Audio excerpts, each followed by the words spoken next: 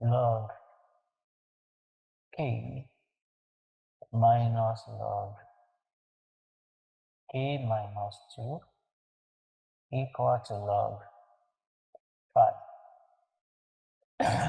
This means log k over k minus 2 is equal to log 5. Here, since we have, when the logarithm is given like this without a base, the base is 2, base 10.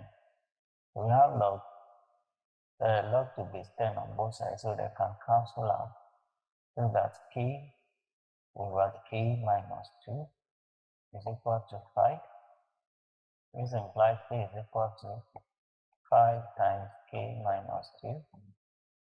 K therefore is 5k minus 10.